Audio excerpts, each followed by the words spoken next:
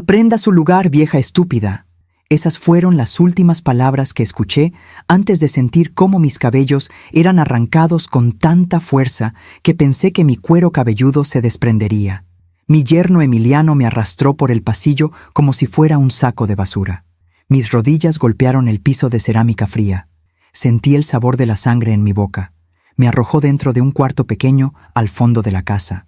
Un cuarto sin ventanas que antes guardaba cajas viejas y herramientas oxidadas. La puerta se cerró con un golpe seco.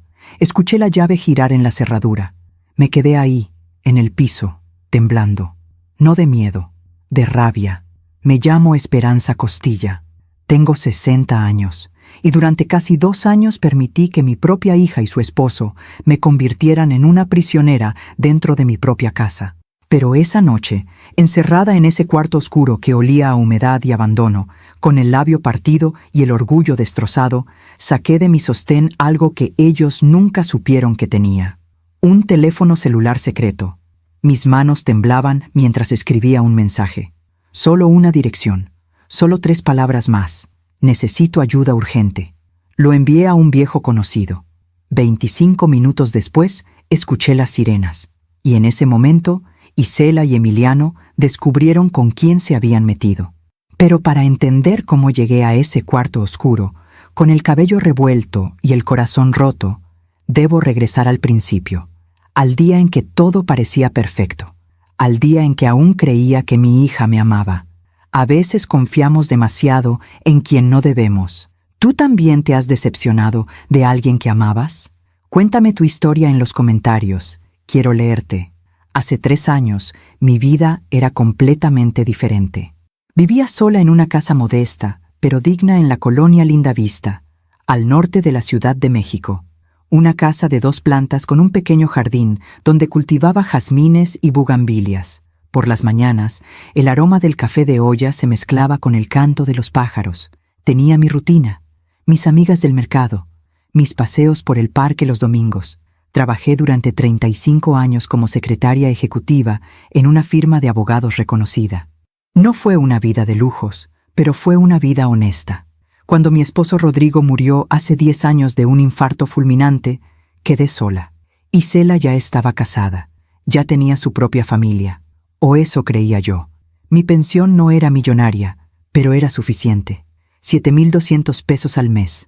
Una cantidad modesta pero digna que me permitía vivir sin pedirle nada a nadie. Pagaba mis servicios, compraba mi despensa, incluso me daba el lujo de invitar a Isela y a sus 2 hijos a comer cada 15 días. Recuerdo esas comidas con una claridad que duele. Yo preparaba mole poblano, el favorito de Isela desde niña. Ponía la mesa con el mantel bordado que me regaló mi madre. Mis nietos, Sebastián y Valeria, corrían por el jardín mientras yo les preparaba aguas frescas de Jamaica.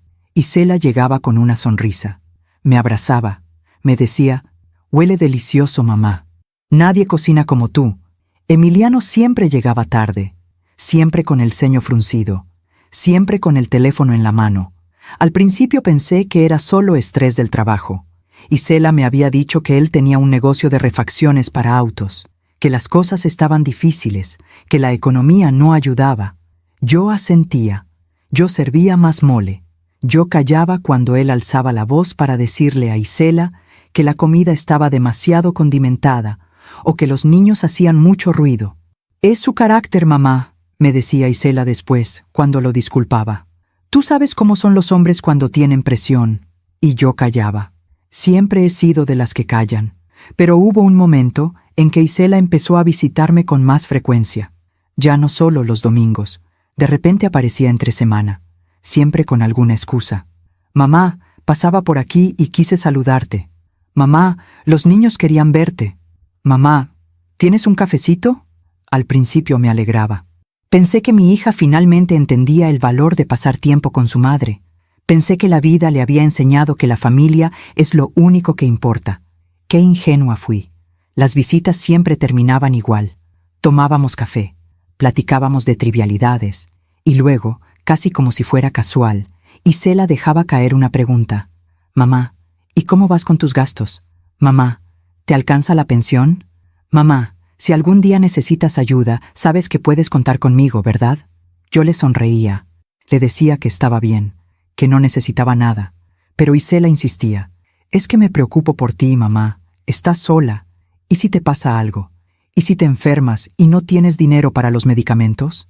Esas palabras se quedaban flotando en el aire como humo, y aunque yo las apartaba, aunque yo insistía en que estaba perfectamente bien, algo dentro de mí comenzó a sentirse incómodo. Fue en una de esas visitas cuando vi el teléfono de Isela vibrar sobre la mesa. Ella lo tomó rápidamente, demasiado rápidamente. Vi el nombre en la pantalla antes de que ella lo girara. Emiliano. No contestes enfrente de ella. Mi corazón dio un vuelco. Isela se levantó de la mesa. Perdón, mamá. Es del trabajo. Regreso en un momento. Salió al jardín. Cerró la puerta corredera de vidrio.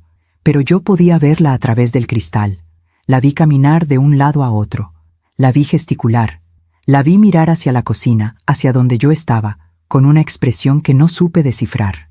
Cuando regresó, su sonrisa era forzada. «Mamá», dijo, sentándose de nuevo frente a mí. «Emiliano y yo hemos estado pensando. Tú aquí sola, en esta casa tan grande. Nosotros en ese departamento tan chiquito con los niños. ¿No crees que sería mejor, que sería más lógico, vivir todos juntos?» Sentí un peso en el estómago. «¿Vivir juntos?», repetí. «Sí, mamá. Piénsalo. Tú nos ayudarías con los niños. Nosotros te cuidaríamos a ti. Sería perfecto. Como una familia de verdad». Algo en su tono de voz no me gustó. Algo en la forma en que pronunció «familia de verdad» sonaba hueco. Pero Isela era mi única hija. Y yo, a mis 60 años, estaba cansada de estar sola. «Déjame pensarlo», le dije. Esa noche no pude dormir.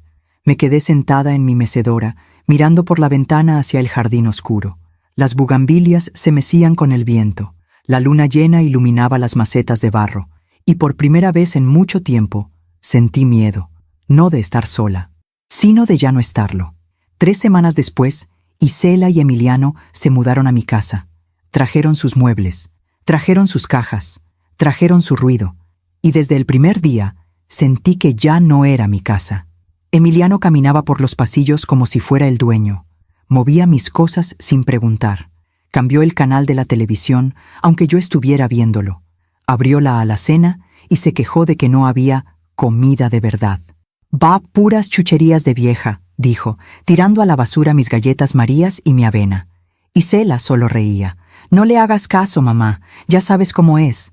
Pero yo no sabía cómo era, porque el Emiliano que yo conocía en las comidas familiares era callado, distante.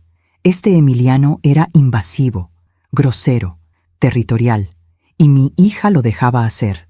La primera señal real llegó 2 meses después de que se mudaran. Yo estaba en la cocina preparando el desayuno cuando Isela entró con un sobre de papel manila. «Mamá, necesito que firmes esto». Dejó el sobre la mesa. «¿Qué es?», pregunté, secándome las manos en el delantal. «Solo son unos papeles para actualizar tu seguro médico. Por si acaso. Ya sabes, a tu edad es importante tener todo en orden». Algo en su mirada evitaba la mía. Abrí el sobre. Había varios documentos, letras pequeñas, términos legales que no entendía del todo. «¿Y esto de poder notarial?», pregunté, señalando una de las hojas. Isela se puso tensa. «Es solo para que yo pueda ayudarte con trámites si te pasa algo, mamá. Nada grave. Es rutinario». Pero mi instinto me decía que no era rutinario. «Déjame leerlo con calma», le dije, cerrando el sobre. La expresión de Isela cambió. Solo por un segundo. Vi algo en sus ojos que nunca antes había visto. Irritación. «Como quieras, mamá», dijo saliendo de la cocina. Esa noche, guardé el sobre sin firmar en el cajón de mi buró. Y por primera vez desde que tenía 12 años, desde que mi padre me enseñó a cuidarme, hice algo que no le conté a nadie. Fui al centro comercial. Entré a una tienda de electrónicos y compré un teléfono celular básico con una línea prepagada. No sabía por qué lo hacía, solo sabía que lo necesitaba. Lo guardé en el fondo de mi armario, envuelto en un pañuelo viejo, y seguí viviendo como si todo estuviera bien, pero ya nada estaba bien. Mientras cuento todo esto, pienso en dónde estarás escuchándome. Escribe el nombre de tu ciudad en los comentarios. Los siguientes meses fueron una lenta agonía disfrazada de normalidad. Isela dejó de preguntarme por los papeles del poder notarial, pero yo sabía que no se había olvidado. Lo veía en la forma en que me observaba cuando yo revisaba mi correo. Lo veía en la forma en que entraba a mi habitación sin tocar, como buscando algo. Emiliano, por su parte, se volvió cada vez más presente en la casa y más ausente en el trabajo. Su supuesto negocio de refacciones parecía no existir. Se levantaba tarde, pasaba horas frente a la televisión, gritaba cuando los niños hacían ruido y siempre me miraba con ese desprecio apenas disimulado. «Ya hiciste la comida, Esperanza», me decía. Nunca Doña Esperanza, nunca suegra, solo Esperanza, como si yo fuera su empleada. Un día me atreví a corregirlo. «Me gustaría que me llamaras con más respeto, Emiliano». Él soltó una carcajada. «¿Respeto? Estás viviendo bajo el mismo techo que yo, comiendo de mi comida, usando mi luz, mi agua, y tú me pides respeto». Me quedé helada. «Esta es mi casa», dije, con la voz más firme que pude.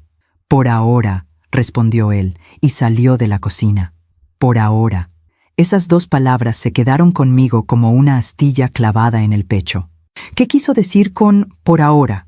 Esa noche, cuando Isela y Emiliano salieron a dejar a los niños en casa de su otra abuela, revisé mi escritorio, el cajón donde guardaba mis documentos importantes, escrituras de la casa, actas de nacimiento, mi testamento.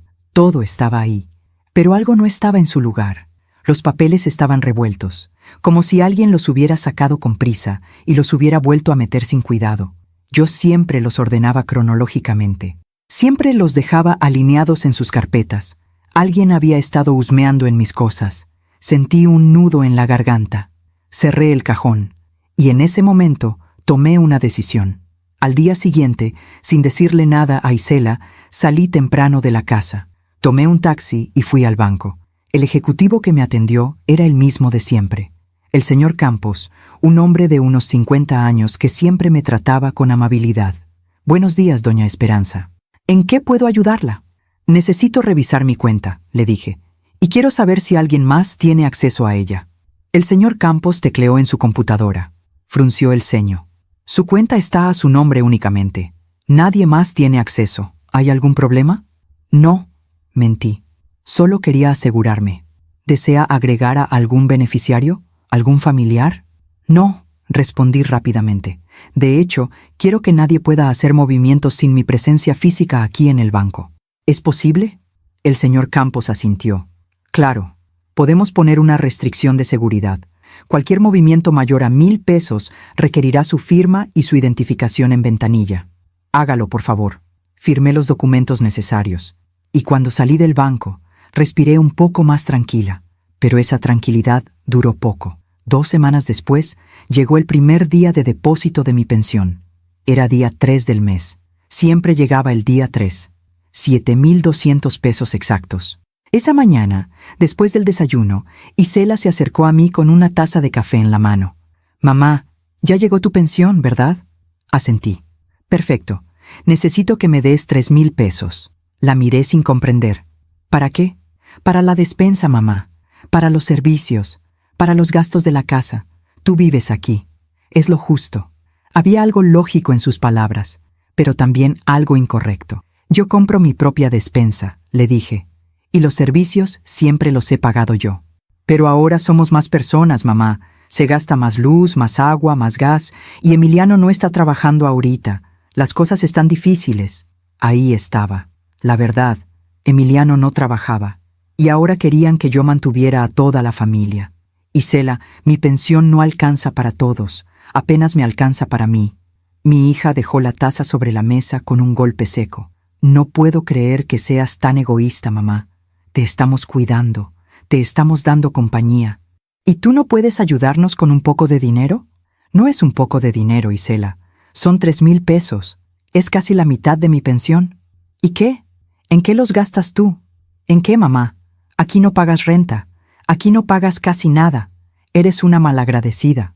Las palabras me dolieron más que cualquier golpe físico. Malagradecida. Mi propia hija me llamó malagradecida en mi propia casa. «Voy a pensarlo», le dije, solo para terminar la conversación. Isela se levantó de la mesa y salió de la cocina sin despedirse. Esa tarde, cuando fui al mercado, sentí una opresión en el pecho que no me dejaba respirar bien.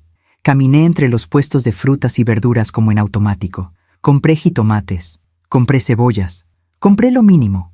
Y cuando regresé a casa, Emiliano estaba sentado en mi sillón favorito, mi mecedora, la que mi esposo Rodrigo me regaló en nuestro 20º aniversario. «Necesitamos hablar», me dijo, sin siquiera mirarme. Dejé las bolsas del mercado en la mesa de la cocina. ¿De qué? De dinero. Isela me contó que no quieres cooperar con los gastos. No es que no quiera, es que no puedo. Emiliano se levantó de la mecedora, caminó hacia mí, se plantó frente a mí con los brazos cruzados. «Mira, Esperanza, las cosas son así. Tú vives aquí porque nosotros te lo permitimos. Esta casa es grande, cuesta mantenerla, y tú tienes una pensión que no te ganaste sola, porque tu esposo también aportó. Así que esa pensión también le corresponde a Isela». Me quedé sin palabras. «Mi pensión es mía», logré decir.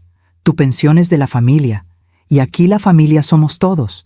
Así que cada mes vas a dar 3,000 pesos para la casa.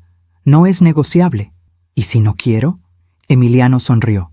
Fue una sonrisa fría, calculadora.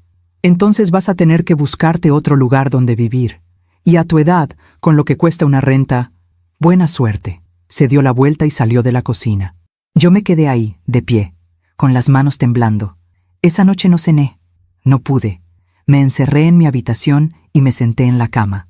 Miré alrededor, las paredes que yo misma pinté de color durazno, la cómoda que compré con mi primer sueldo, las fotografías de Rodrigo, de Isela de niña, de mis padres, todo lo que había construido, todo lo que había cuidado, y ahora me lo estaban quitando. Abrí el armario, saqué el pañuelo viejo del fondo y desenvolví el teléfono celular secreto. Lo encendí. Tenía batería, y en ese momento, aunque todavía no sabía qué iba a hacer, supe que ese pequeño aparato sería mi salvación.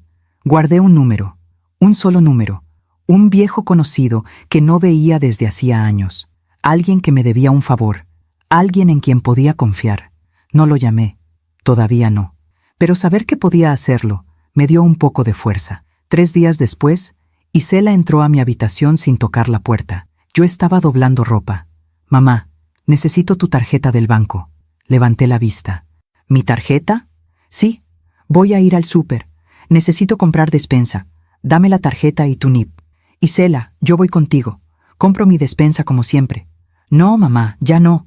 Ahora yo me encargo de todo. Es más fácil así. Dame la tarjeta». «No». La palabra salió de mi boca antes de que pudiera detenerla. Isela entrecerró los ojos. «¿Cómo que no? No te voy a dar mi tarjeta». «¿Por qué no? ¿No confías en mí? ¿En tu propia hija?» «No es eso, Isela. Es que esa tarjeta es mía. Es mi pensión. Y yo la manejo». Mi hija se cruzó de brazos. Tenía la misma expresión de Emiliano. Esa mezcla de desprecio y frialdad. «Está bien, mamá. No me la des, pero entonces no esperes que te siga cuidando». Y salió de mi habitación dando un portazo.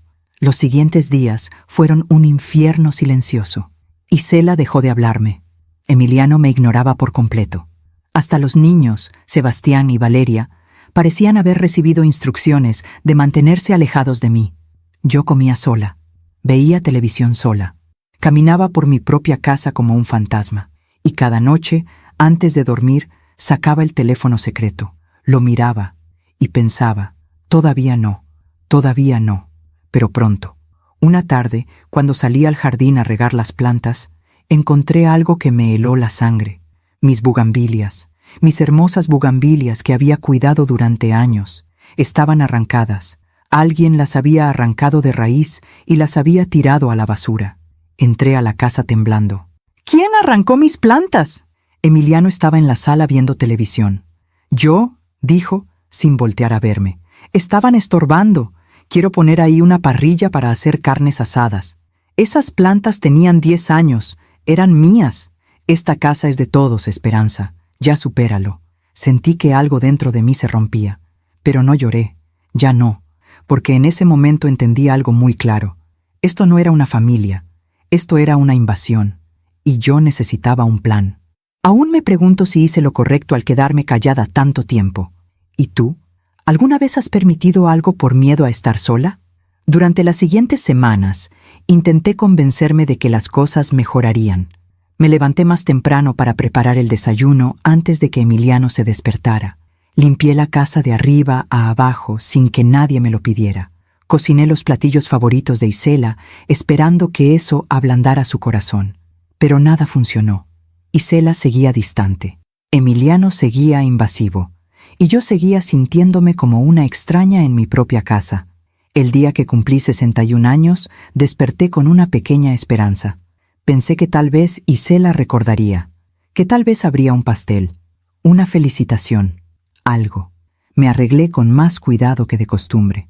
Me puse un vestido color vino que Rodrigo me había regalado años atrás. Me peiné, me maquillé ligeramente. Bajé a la cocina esperando encontrar a mi familia reunida, pero la cocina estaba vacía. Isela y Emiliano se habían ido temprano.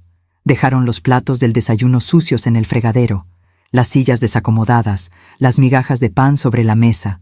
Pasé todo el día sola. Nadie llamó, nadie llegó. A las 8 de la noche, cuando Isela finalmente regresó con los niños, yo estaba sentada en la sala, viendo una película vieja en la televisión. «Hola, mamá», dijo Isela, ni siquiera volteando a verme. «Hola, hija». Esperé. Quizás lo había olvidado, quizás lo recordaría en cualquier momento. Pero Isela subió las escaleras con los niños y cerró la puerta de su habitación. Me quedé ahí, en la sala, con el corazón encogido, y por primera vez desde que Rodrigo murió, lloré. Lloré en silencio, para que nadie me escuchara, para que nadie supiera que mi propia hija había olvidado mi cumpleaños. Esa noche, antes de acostarme, saqué el teléfono secreto. Miré el número guardado, el único contacto que tenía ahí. Mis dedos se quedaron sobre el teclado. Todavía no, me dije. Todavía puedo arreglar esto. Pero en el fondo sabía que nada se iba a arreglar. 2 semanas después, llegó el siguiente depósito de mi pensión. 7,200 pesos, como siempre. Esa mañana, después del desayuno, Emiliano se sentó frente a mí en la mesa de la cocina. «Esperanza, necesitamos hablar». Dejé mi taza de café sobre la mesa. «¿De qué?»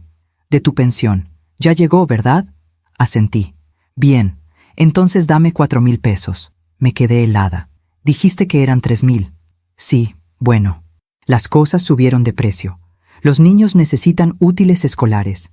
Hay que pagar la luz, el gas, el teléfono. 4,000.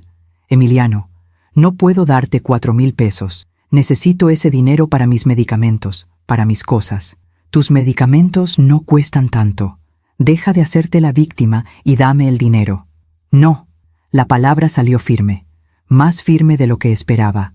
Emiliano se levantó de la silla, caminó hacia mí, se inclinó sobre la mesa, acercando su rostro al mío. ¿Sabes qué, Esperanza? Estoy cansado de tus caprichos. Estoy cansado de tu egoísmo. Aquí todos ponemos de nuestra parte, menos tú. Emiliano, esta es mi casa, mi pensión, y yo decido qué hacer con mi dinero. Él soltó una risa seca. Tu casa, tu pensión, tu dinero. ¿Sabes qué pasa con las viejas tercas como tú? Terminan solas, terminan abandonadas en un asilo. ¿Es eso lo que quieres? Sentí un escalofrío recorrerme la espalda. Estás amenazándome. No te estoy amenazando. Te estoy diciendo la verdad. Si no quieres cooperar con esta familia, entonces no eres parte de esta familia. Y las personas que no son parte de la familia, sobran. Se enderezó, me dio la espalda, y antes de salir de la cocina, se detuvo en el umbral de la puerta. Tienes hasta mañana para darme esos 4,000 pesos, o empiezo a buscar asilos. Y salió. Me quedé sentada en la cocina, temblando. No de miedo, de rabia. Pero más que rabia, sentía algo peor. Sentía impotencia. Porque por más que quisiera echarlos de mi casa, por más que quisiera gritarles que se fueran, sabía que no era tan fácil. Eran mi hija, mis nietos, y yo, a pesar de todo, aún los amaba. Esa tarde, cuando Isela llegó de la calle, la esperé en la sala. «Isela, necesito hablar contigo». Mi hija se quitó los zapatos y se dejó caer en el sillón. «¿Qué pasa, mamá?» Emiliano me pidió 4,000 pesos de mi pensión y me amenazó con meterme a un asilo si no se los doy. Esperé alguna reacción. Esperé que Isela se indignara, que defendiera a su madre, que le dijera a su esposo que estaba fuera de lugar, Pero Isela solo suspiró. Ay, mamá, Emiliano no te amenazó.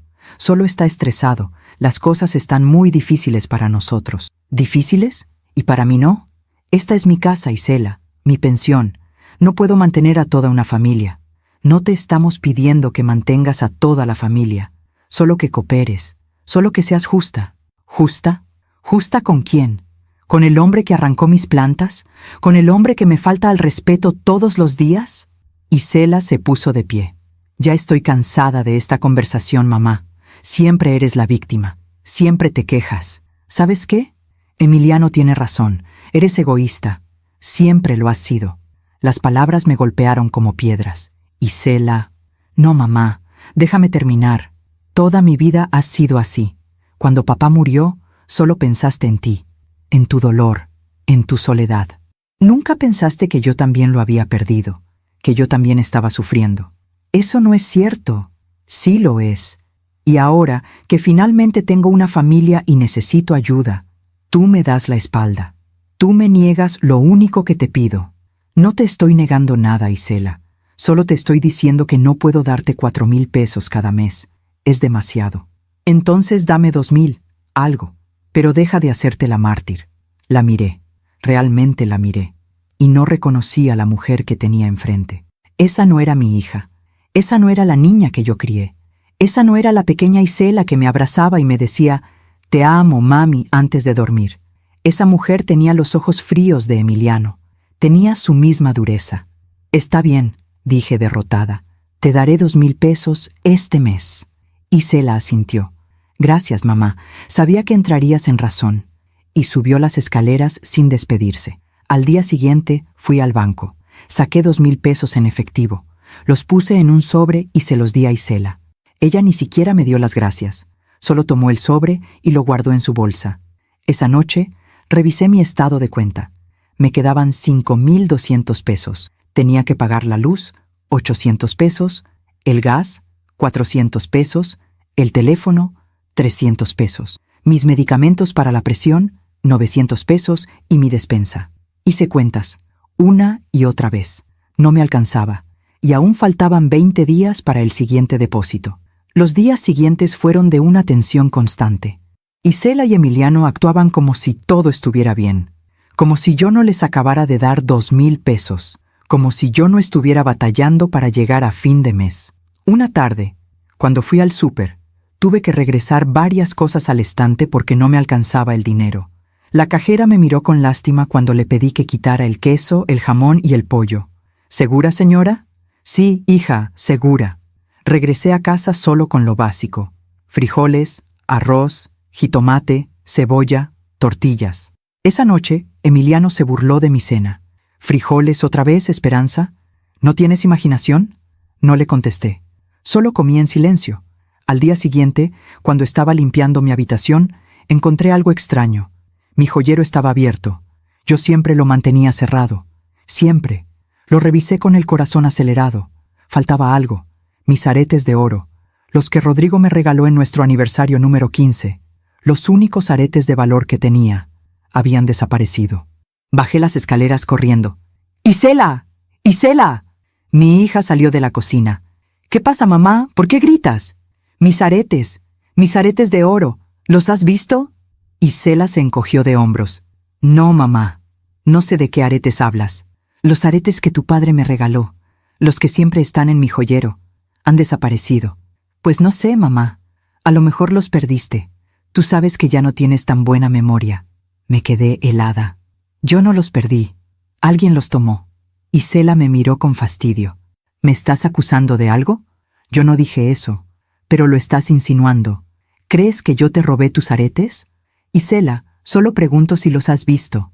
No, mamá, no los he visto, y me parece muy feo que andes acusando a tu propia familia de robo.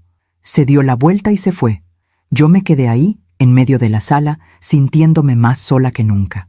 Subí a mi habitación, cerré la puerta con seguro, y lloré.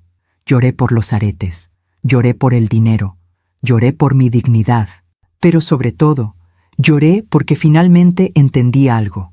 No estaba perdiendo mis cosas por descuido, me las estaban robando. Y cuando saqué el teléfono secreto esa noche, ya no pensé todavía no. Pensé pronto, muy pronto.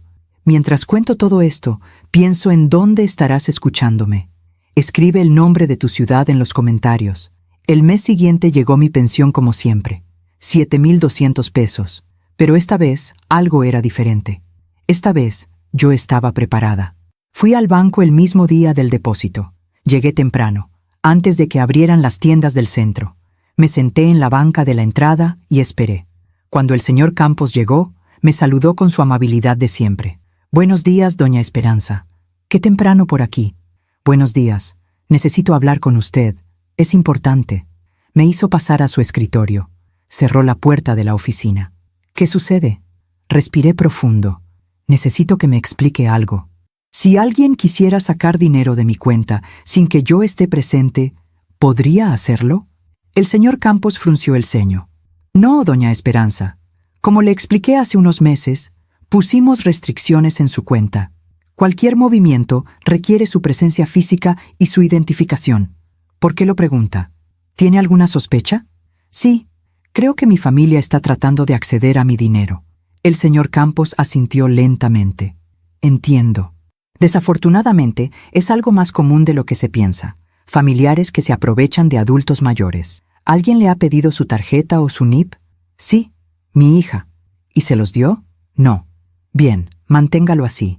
Y si me permite un consejo personal, considere abrir una cuenta de ahorro secreta, una que solo usted conozca, para emergencias». Sus palabras me dieron una idea. ¿Puedo hacerlo ahora? Por supuesto. 30 minutos después, salí del banco con una nueva tarjeta de débito. Una cuenta de ahorro completamente independiente a mi pensión. Había transferido 2,000 pesos a esa cuenta. Dinero que nadie sabía que existía. Guardé la tarjeta en el lugar más seguro que se me ocurrió, dentro de una caja de avena en la alacena de mi habitación. Nadie revisaría ahí. Cuando regresé a casa, Emiliano estaba esperándome en la sala. «¿Dónde estabas?» «Fui al banco». «¿Al banco? ¿Para qué?» «Para sacar dinero». Emiliano extendió la mano. «Dame 3,000 pesos». «¿3,000? ¿El mes pasado acordamos 2,000? Las cosas cambiaron. Los niños necesitan uniformes nuevos. Dame 3,000». Sentí que la sangre me hervía. «No te voy a dar 3,000 pesos, Emiliano». Su expresión se endureció. «¿Cómo dijiste?» «Que no. Ya te di 2,000 el mes pasado. No puedo seguir dándote más». Emiliano se levantó del sillón. Caminó hacia mí con pasos lentos y calculados. «Escúchame bien, vieja. Tú no decides nada en esta casa. Aquí yo mando. Y si yo te digo que me des 3,000 pesos, ¿me los das? Esta es mi casa», dije, aunque mi voz temblaba. «Y tú no mandas nada aquí». Por un momento pensé que me iba a golpear. Vi la rabia en sus ojos. Vi cómo cerraba los puños. Pero entonces apareció Isela en las escaleras. «¿Qué pasa aquí?» «Tu mamá no quiere cooperar», dijo Emiliano, sin quitarme los ojos de encima. Isela bajó las escaleras. Se colocó junto a su esposo, los dos frente a mí. «Mamá, dame el dinero».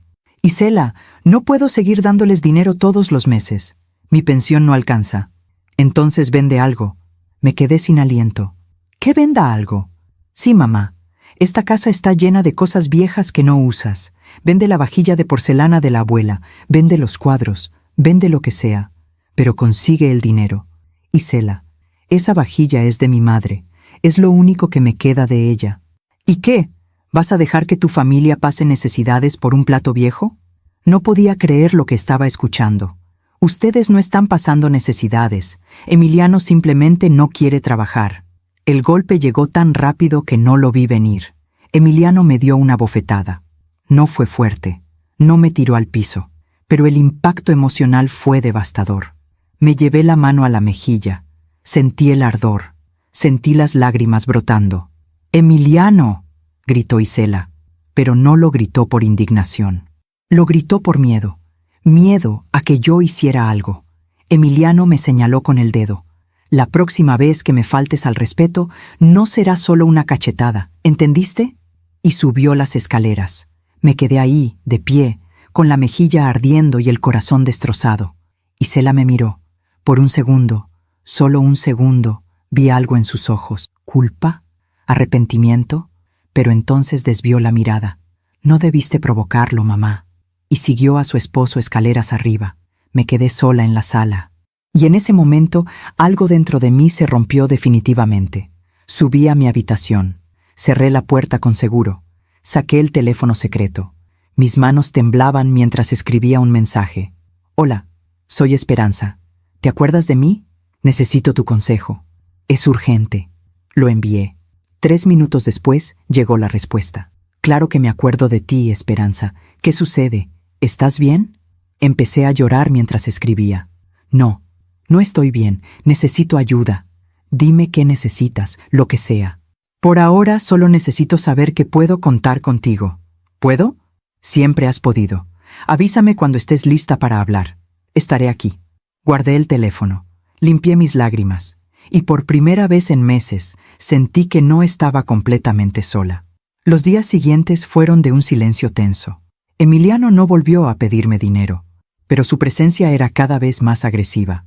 Azotaba puertas, gritaba a los niños, miraba mis cosas con un desprecio que me helaba la sangre.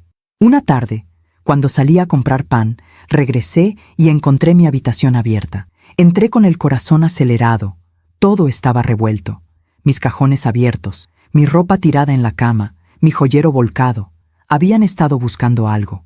Revisé rápidamente. La caja de avena seguía en su lugar. La tarjeta secreta estaba a salvo. El teléfono secreto también. Pero mi anillo de bodas había desaparecido. El anillo que Rodrigo me puso en el dedo hace 42 años. El anillo que nunca me quité, ni siquiera cuando él murió. El anillo que me quitaba solo para bañarme y que guardaba en una cajita de terciopelo. Había desaparecido. Bajé las escaleras furiosa. ¡Isela! ¡Emiliano! Los encontré en la cocina. ¿Quién entró a mi habitación? Isela levantó la vista de su teléfono. ¿De qué hablas? Mi habitación está revuelta. Alguien entró, y mi anillo de bodas desapareció. Emiliano se encogió de hombros. Yo no fui. Yo tampoco, mamá, dijo Isela. A lo mejor lo perdiste. No lo perdí, me lo robaron, y sé que fueron ustedes. Emiliano se levantó de la silla. Cuidado con lo que dices, Esperanza. ¿O qué? ¿Me vas a golpear otra vez? Si es necesario. Isela se puso de pie. Ya basta, los dos. Mamá, nadie te robó nada. Estás paranoica. Estás inventando cosas. No estoy inventando nada. Primero fueron mis aretes. Ahora es mi anillo. ¿Qué sigue? ¿Van a vender toda mi casa mientras yo duermo? Isela soltó una risa seca. No seas ridícula. Pero algo en su mirada me confirmó lo que ya sabía. Ellos tenían mi anillo. Y lo habían vendido. Esa noche no pude dormir. Me quedé acostada en la cama, mirando el techo, pensando en todo lo que había perdido. Mis aretes, mi anillo, mi dignidad, mi paz y lo peor, mi hija.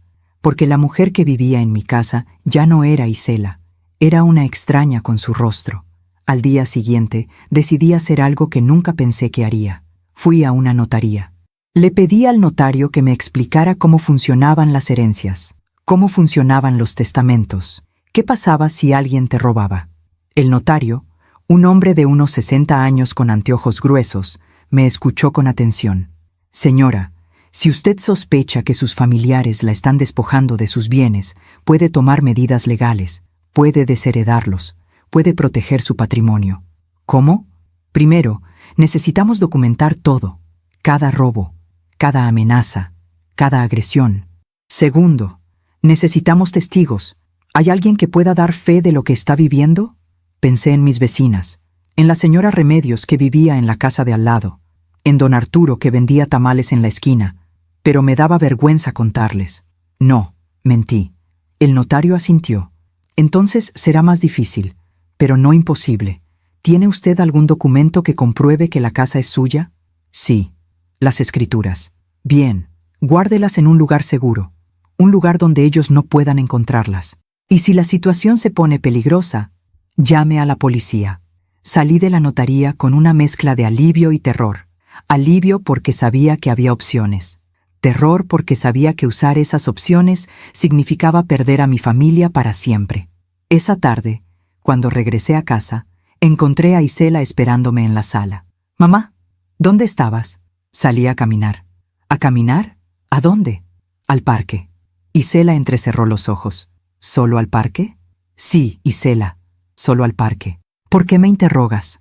Porque Emiliano te vio salir de una notaría. Sentí que el piso se abría bajo mis pies. ¿Me estaban siguiendo? No te estábamos siguiendo. Emiliano pasaba por ahí y te vio. ¿Qué estabas haciendo en una notaría, mamá? Pensé rápido. Estaba preguntando por mi testamento. Quiero actualizarlo. ¿Actualizarlo? ¿Por qué? Porque soy una mujer de 61 años, Isela. Es normal que tenga mis cosas en orden. Isela se cruzó de brazos. ¿Y qué vas a poner en ese testamento? La miré directo a los ojos. Eso es asunto mío. Mi hija apretó la mandíbula. Está bien, mamá. Guárdate tus secretos. Pero te advierto algo. Si estás pensando en desheredarme, te vas a arrepentir. ¿Me estás amenazando? No, te estoy avisando. Y salió de la sala. Esa noche, guardé las escrituras de la casa en un sobre manila. Las escondí dentro de una Biblia vieja que nadie abría. La Biblia la puse en el estante más alto de mi closet, detrás de unas cajas de zapatos, y saqué el teléfono secreto. Escribí otro mensaje. Creo que pronto voy a necesitar tu ayuda de verdad. ¿Sigues ahí? La respuesta llegó en segundos. Aquí estoy. Dime qué necesitas y cuándo lo necesitas. Pronto. Te avisaré pronto. Guardé el teléfono, y por primera vez en mucho tiempo, sentí que tenía un plan. Un plan para salir de esto. Un plan para recuperar mi vida. Pero antes de poder ejecutarlo, las cosas se pusieron mucho peor. 3 días después, llegó el cobrador de la luz. Tocó a la puerta. Yo abrí.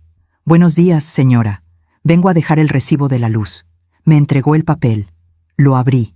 3,200 pesos. Me quedé helada. Debe haber un error. Mi recibo nunca pasa de 800 pesos. No hay error, señora. Hubo un consumo excesivo este bimestre. Pero eso es imposible. El cobrador se encogió de hombros. Es lo que marca el medidor. Si tiene alguna duda, puede llamar a la compañía. Se fue. Yo me quedé ahí, con el recibo en la mano, sintiendo cómo la rabia crecía dentro de mí. Entré a la casa. Fui directo a la sala, donde Emiliano estaba viendo televisión. ¿Qué es esto? Le dije, mostrándole el recibo. Él ni siquiera volteó a verme. El recibo de la luz. 3,200 pesos, Emiliano. ¿Qué hicieron? ¿Dejaron todas las luces prendidas las 24 horas? No sé de qué hablas. Claro que sabes. Este recibo está inflado, y sé que fue a propósito. Ustedes están tratando de quebrarme económicamente para que les dé más dinero. Emiliano finalmente me miró. Y sonrió. Esa sonrisa fría y calculadora que ya conocía. Paga el recibo, Esperanza, o nos cortan la luz. Y si nos cortan la luz, los niños no van a poder hacer su tarea. ¿Quieres eso? Esto es tu culpa. Pruébalo. No pude, porque no tenía pruebas. Solo tenía un recibo imposible y la certeza de que me estaban destruyendo lentamente. Esa noche saqué el teléfono secreto por última vez antes de que todo explotara. Escribí un mensaje largo. Le conté todo. El dinero, las amenazas, los robos, la bofetada, el recibo inflado. Y terminé con una pregunta. ¿Qué hago? Ya no aguanto más. La respuesta llegó 1 hora después. Esperanza, lo que estás viviendo es violencia patrimonial y abuso familiar. Puedes denunciarlos. Yo puedo ayudarte. Pero necesito que me digas, ¿estás lista para dar ese paso? Porque una vez que empieces, no hay vuelta atrás. Leí el mensaje una y otra vez. ¿Estaba lista? ¿Estaba lista para denunciar a mi propia hija? ¿Estaba lista para perder a mis nietos? ¿Estaba lista para quedarme completamente sola? No lo sabía, pero sabía una cosa. No podía seguir viviendo así. Escribí una última respuesta esa noche. Todavía no estoy lista, pero pronto lo estaré. Gracias por estar ahí. Guardé el teléfono. Apagué la luz y me preparé para lo que vendría, porque sentía en mis huesos que algo terrible estaba por suceder. Y tenía razón. Lo que sucedió 3 días después cambió todo. Era viernes por la tarde. Yo estaba en la cocina preparando sopa de verduras. Los niños, Sebastián y Valeria, jugaban en el patio trasero. Isela había salido al mercado, y Emiliano estaba en su habitación, como siempre, viendo la televisión. O eso creía yo. Cuando subí a mi cuarto a buscar un suéter porque empezaba a hacer frío, escuché voces. Venían de la habitación de Isela y Emiliano. La puerta estaba entreabierta. Normalmente no me detengo a escuchar conversaciones ajenas, pero algo en el tono de voz de Emiliano me hizo quedarme inmóvil en el pasillo. «Te digo que ya casi está», decía Emiliano. «¿Estás seguro?», respondió otra voz. No era Isela, era un hombre. Me acerqué con cuidado. Puse la espalda contra la pared y escuché. «Sí, compadre. La vieja ya está prácticamente quebrada. Le hemos sacado como 6,000 pesos en estos 2 meses. Y todavía le quedan las joyas que le faltan, algunos muebles que podemos vender y lo más importante, la casa». «¿Y ella ya firmó el poder notarial?». «No. Se puso terca con eso. Pero no importa. Tengo otro plan». «¿Cuál?». «Voy a hacer que se vea mentalmente incapaz. Voy a documentar que está senil, que se le olvidan las cosas, que dice que le roban cuando ella misma las pierde. Ya llevo un cuaderno con anotaciones. Cuando tenga suficiente, la llevo con un médico que me debe un favor y consigo un certificado de incapacidad mental». El otro hombre soltó una risa. «Eres un cabrón, Emiliano. Los negocios son negocios, compadre. Esa casa vale como 3 millones de pesos. Está en una zona que se está revalorizando. Si logro que Isela herede todo y luego convenzo a mi suegra de firmar la casa a nombre de Isela, podemos venderla y dividir el dinero». «¿E Isela sabe todo esto?». Hubo un silencio.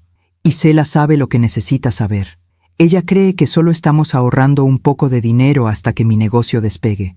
No sabe que ya vendí sus aretes y su anillo. No sabe que estoy inflando los recibos para sacarle más dinero.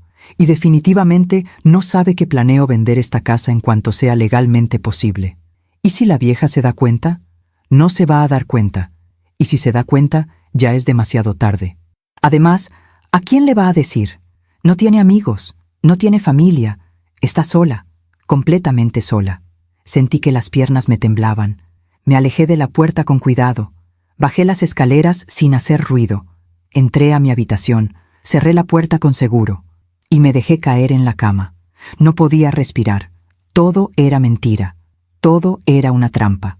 Emiliano nunca tuvo intención de convivir como familia.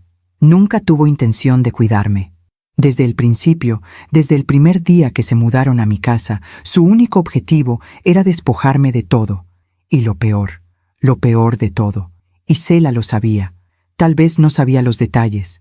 Tal vez no sabía sobre las joyas vendidas o los recibos inflados, pero sabía que me estaban usando, sabía que me estaban robando, y no hizo nada para detenerlo.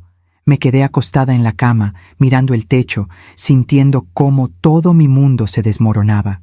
Pensé en Rodrigo, en lo que él diría si estuviera vivo, en cómo me protegería, en cómo echaría a Emiliano de la casa a patadas, pero Rodrigo no estaba, y yo estaba sola.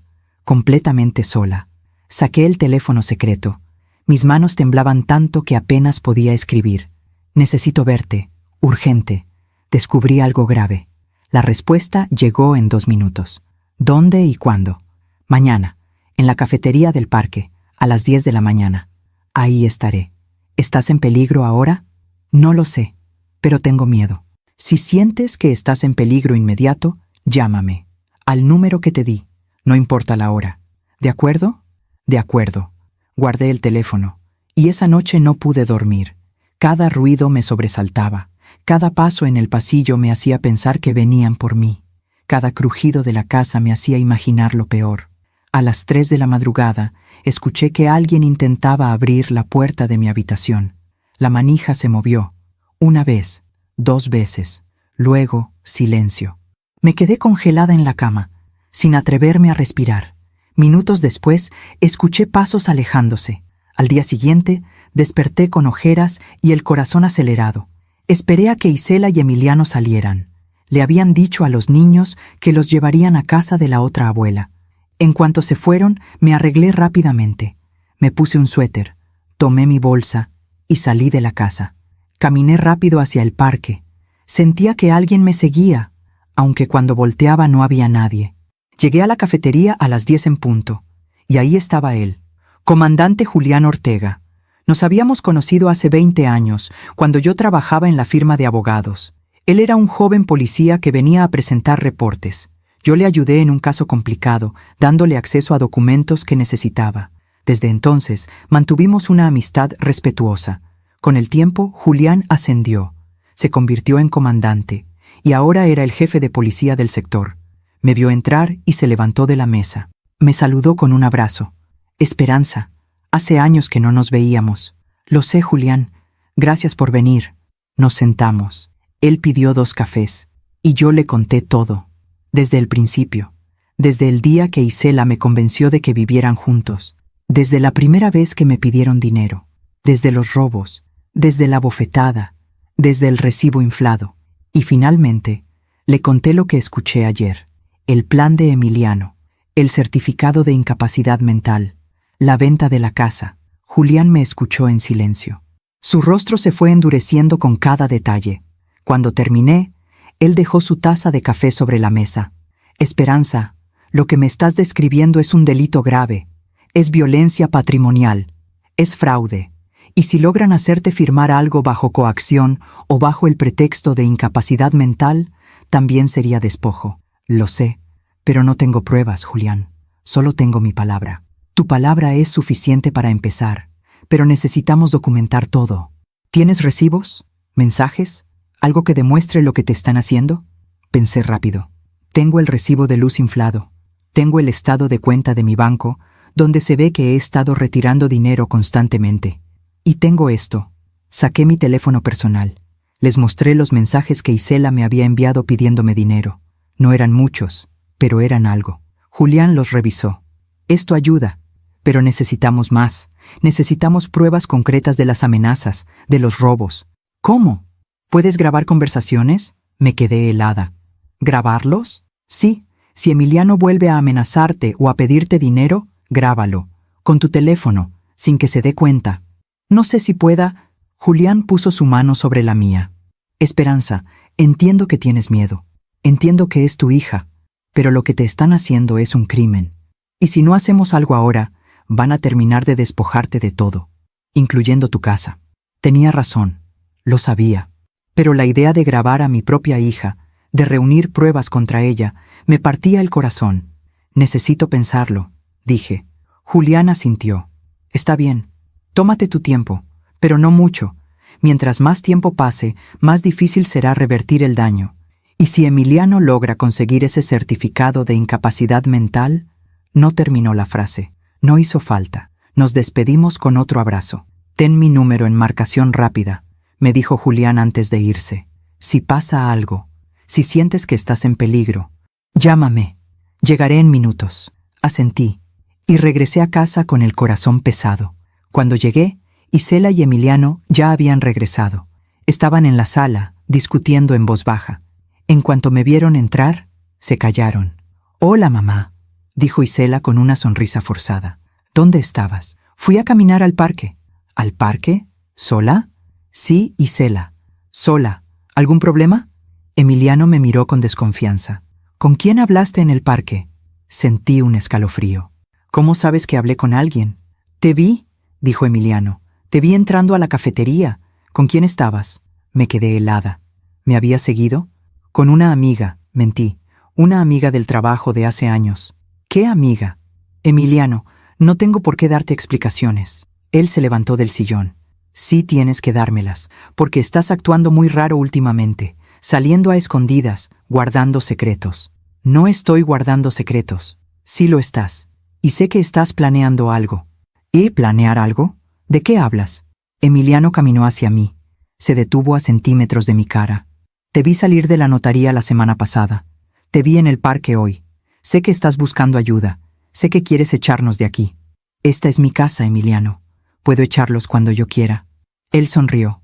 Esa sonrisa que ya me daba pesadillas. «No puedes, porque tengo derechos como inquilino, porque Isela es tu hija, y porque si intentas algo, voy a demostrar que estás loca, que estás senil, que no estás en condiciones de tomar decisiones». Ahí estaba, la amenaza que escuché ayer, la misma amenaza, ahora dicha en mi cara. «No estoy loca. Eso lo veremos». Isela se puso de pie. «Emiliano, ya basta». Pero su voz no tenía fuerza, no tenía convicción. Emiliano me dio la espalda. «Cuídate, Esperanza, porque estás jugando con fuego». Y subió las escaleras. Isela me miró. Por un momento vi a mi hija, a la verdadera Isela, a la niña que yo crié. Vi culpa en sus ojos, vi arrepentimiento, pero entonces bajó la mirada. Deberías tener más cuidado, mamá. Y me dejó sola en la sala.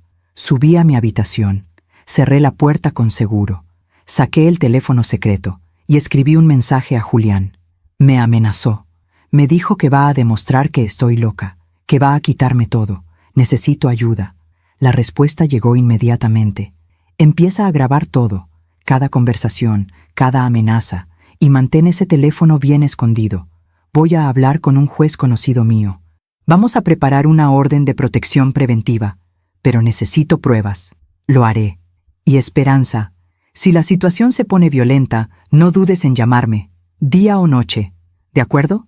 De acuerdo. Guardé el teléfono. Esa noche, cuando todos dormían, bajé a la cocina. Necesitaba agua. Necesitaba aire.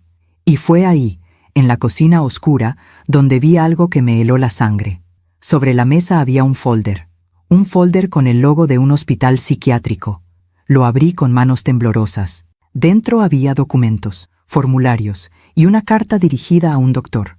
Estimado doctor Mendoza, le escribo para solicitar una evaluación psiquiátrica para mi suegra, la señora Esperanza Costilla, de 61 años. En los últimos meses hemos notado un deterioro cognitivo considerable. Olvida dónde pone las cosas y luego nos acusa de robarle. Tiene episodios de paranoia. Cree que la estamos vigilando o persiguiendo. Su comportamiento se ha vuelto errático e impredecible. Adjunto un registro de incidentes que he documentado en los últimos 2 meses. Solicito una evaluación completa para determinar si es necesario iniciar un proceso de interdicción por incapacidad mental. Atentamente, Emiliano Vargas Torres. Mis manos temblaban tanto que el papel se caía. Ya lo había hecho. Ya había iniciado el proceso. Ya había fabricado evidencia de que yo estaba loca, y ese registro de incidentes que mencionaba era el cuaderno del que habló por teléfono. Un cuaderno lleno de mentiras. Saqué mi teléfono personal. Con manos temblorosas le tomé fotografías a todos los documentos, a la carta, a los formularios, y guardé todo exactamente como estaba. Subí a mi habitación. Le envié las fotos a Julián por el teléfono secreto.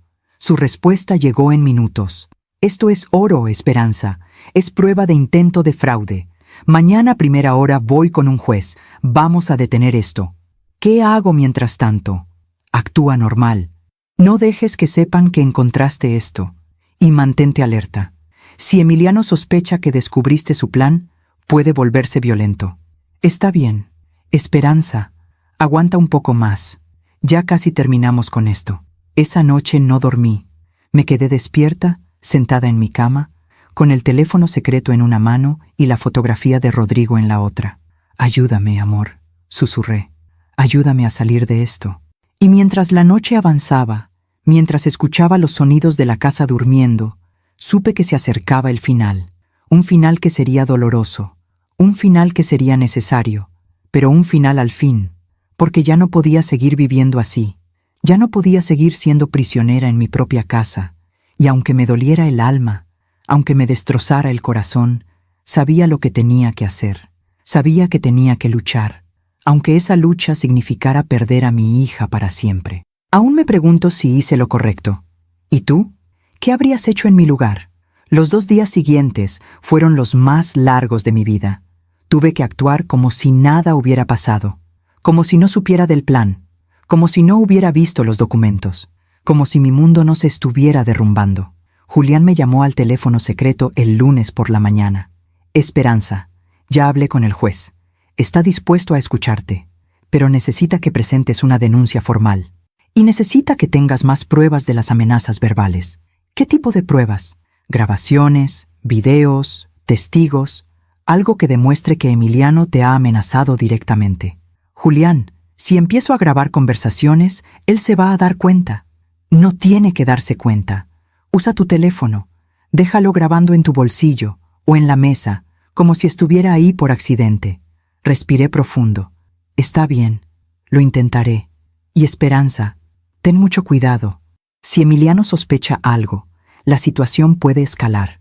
Mantén tu teléfono personal siempre contigo.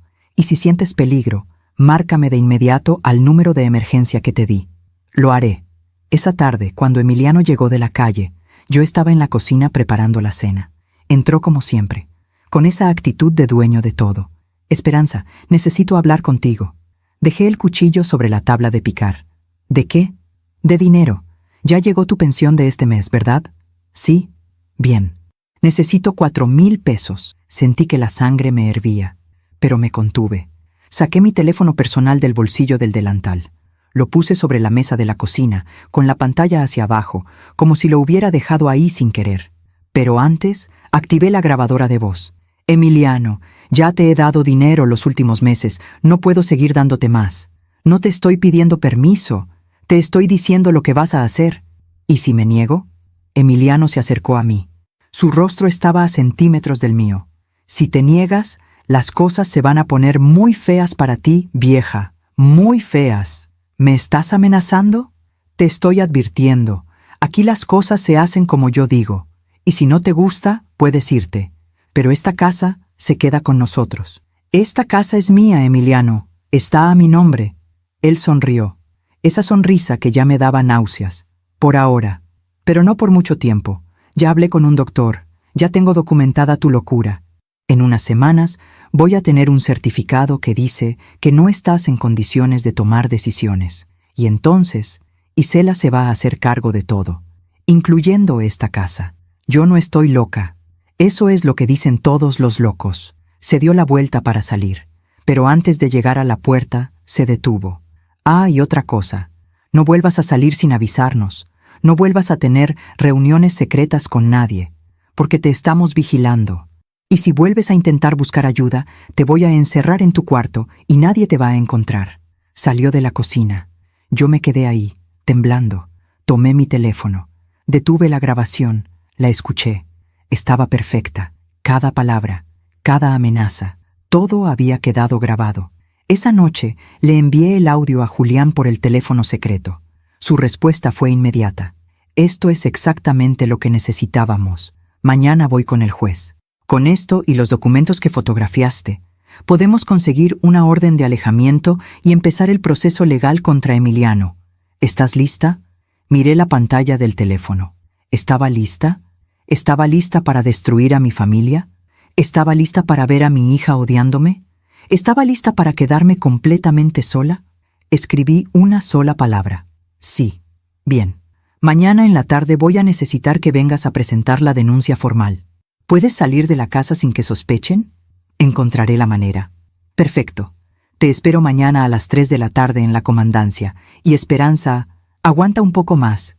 Ya casi terminamos. Guardé el teléfono. Y esa noche, por primera vez en meses, dormí un poco mejor, porque sabía que había esperanza. Al día siguiente, martes, esperé a que Isela saliera con los niños a hacer unas compras. Emiliano estaba en su habitación viendo televisión. Me arreglé rápidamente, tomé mi bolsa y salí de la casa. Caminé rápido hacia la avenida principal. Tomé un taxi. A la comandancia de policía, por favor. El taxista asintió. 20 minutos después, estaba frente al escritorio de Julián. Él me recibió con un abrazo. «¿Viniste? Bien, siéntate». Me senté. Julián sacó varios documentos. Este es el formato de denuncia. Vamos a acusar a Emiliano de violencia patrimonial, amenazas, despojo y tentativa de fraude. Con las grabaciones y las fotografías de los documentos, tenemos un caso sólido. Empecé a llenar el formato. Con cada línea que escribía, sentía que estaba cavando la tumba de mi relación con mi hija. Pero no me detuve, porque ya no podía seguir viviendo así. Cuando terminé, Julián revisó todo. Perfecto. Ahora voy a pedirle al juez que emita una orden de alejamiento temporal contra Emiliano. Eso significa que no podrá acercarse a ti. La policía lo va a notificar en las próximas horas. ¿Y qué va a pasar con Isela? Julián me miró con tristeza. Esperanza, si Isela estuvo involucrada en el robo de tu pensión o en el plan de Emiliano, ella también puede enfrentar cargos. Pero por ahora nos vamos a enfocar en Emiliano. ¿Ella también te ha amenazado? Pensé en todas las veces que Isela me pidió dinero, en todas las veces que me llamó egoísta, en todas las veces que miró hacia otro lado cuando Emiliano me faltaba al respeto. No directamente, pero fue cómplice. Julián asintió. Entiendo. Vamos paso por paso. Primero sacamos a Emiliano de tu casa, después vemos qué hacemos con Isela. Firmé la denuncia. Julián me acompañó hasta la puerta. Esperanza, en unas horas vamos a ir a tu casa a notificar a Emiliano. Necesito que cuando lleguemos estés preparada. Puede ponerse violento, puede gritar, puede intentar intimidarte, pero vamos a estar ahí para protegerte. ¿Y si Isela me odia? Julián puso su mano en mi hombro. Puede que te odie ahora, pero algún día, cuando entienda lo que ese hombre estaba haciendo, te va a agradecer. Y si no lo hace, al menos tú estarás a salvo. Regresé a casa en otro taxi. Cuando llegué, Isela ya había regresado. Estaba en la cocina preparando la comida. Hola, mamá. ¿Dónde estabas? Fui al doctor. ¿Al doctor? ¿Estás enferma? Solo un chequeo de rutina. Isela me miró con desconfianza. ¿Qué doctor? El doctor Ramírez, mi médico de siempre. Mentí con tanta naturalidad que me sorprendí a mí misma. Isela no dijo nada más, pero supe que no me creyó. A las 5 de la tarde escuché las sirenas. Mi corazón empezó a latir como loco. 2 patrullas se estacionaron frente a mi casa. Julián bajó de una de ellas, acompañado de 3 oficiales más. Emiliano salió corriendo de su habitación. ¿Qué carajos pasa? ¿Por qué hay patrullas aquí? Isela salió de la cocina. Mamá, ¿qué está pasando? Yo no dije nada. Julián tocó a la puerta. Emiliano abrió. ¿Quién es usted? Comandante Julián Ortega. ¿Es usted Emiliano Vargas Torres? Sí. ¿Qué quiere? Tengo una orden de alejamiento en su contra. Ha sido acusado de violencia patrimonial, amenazas, despojo y tentativa de fraude contra la señora Esperanza Costilla. Tiene que desalojar esta propiedad inmediatamente. El rostro de Emiliano se puso rojo. ¿Qué? Esto es una locura.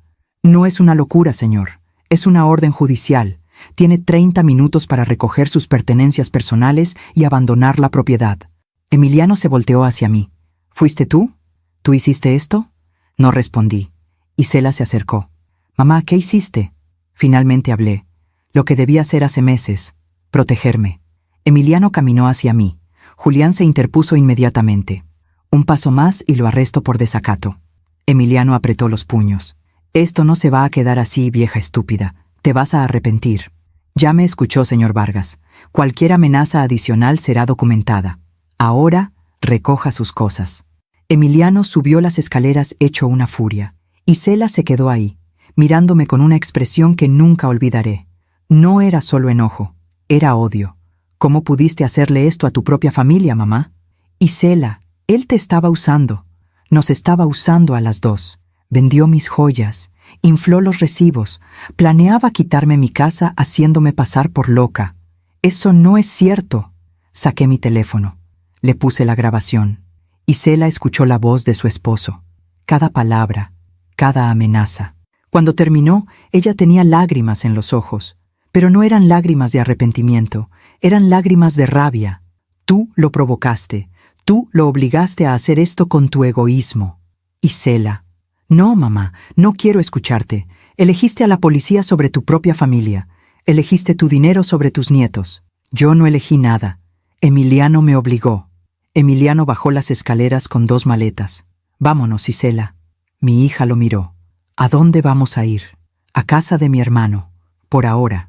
Isela subió corriendo las escaleras. Empezó a empacar cosas a toda prisa. Yo me acerqué a Julián.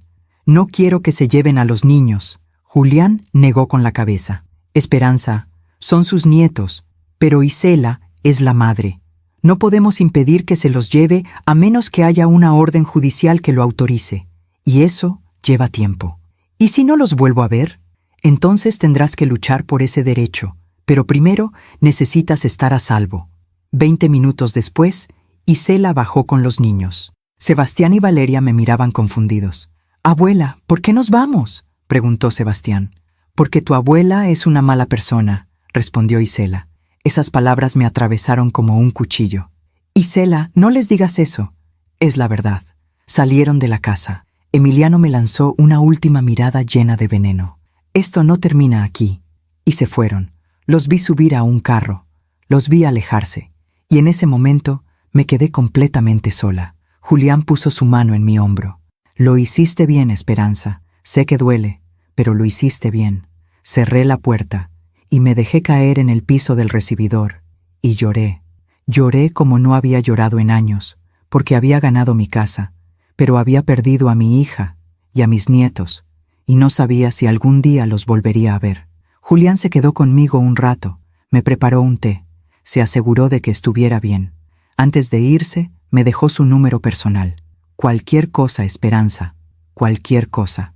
Esa noche, caminé por mi casa. La casa que ahora estaba vacía, la casa que ahora era solo mía. Subí a mi habitación, saqué el teléfono secreto, le escribí a Julián. Gracias por todo. No sé qué hubiera hecho sin ti. No tienes que agradecer.